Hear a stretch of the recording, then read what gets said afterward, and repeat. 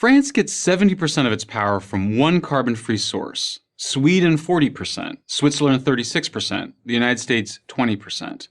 For those who wish to create a world free of carbon emissions, France is clearly the role model.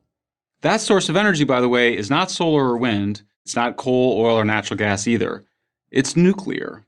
Nuclear energy is not only cleaner than all other forms of energy, it's also cheaper to create, abundant, and safe. Yes, safe. Why aren't we going all out to produce this abundant, clean, and safe form of energy? Why aren't there dozens of nuclear power plants in development all over the world? Well, we all know the answer, right? Nuclear energy is just too risky. It's too dangerous. So let's take a closer look at that, since no one, not even the most radical environmentalist, disputes that nuclear power produces massive amounts of energy cleanly and efficiently. Safety, like everything else, is a matter of context. So here's some context. 1.4 million people die worldwide every year in traffic accidents, 2.3 million in work-related accidents, 4.2 million from air pollution. Deaths directly related to nuclear power?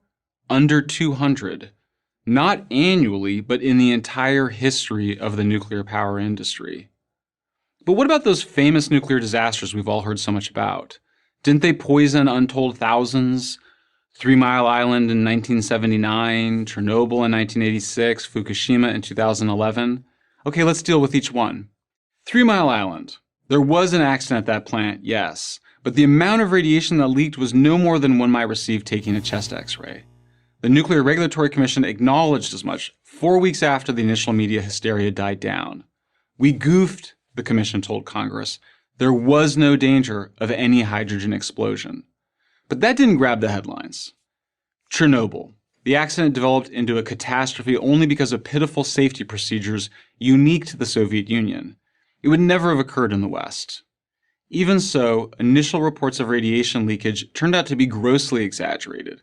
According to the World Health Organization, as of mid-2005, that's 19 years after the explosion, fewer than 50 deaths have been directly attributed to radiation from the disaster. Fukushima.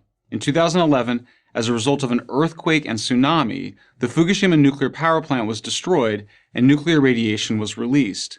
Yet despite the media hysteria, not one person at the nuclear plant died because of radiation leaks. The deaths that occurred in the area were the result of the tsunami. Well, what about the nuclear waste? Surely that's terribly harmful. Actually, no.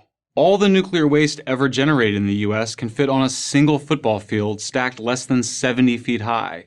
It's easily and safely buried in steel canisters encased in concrete.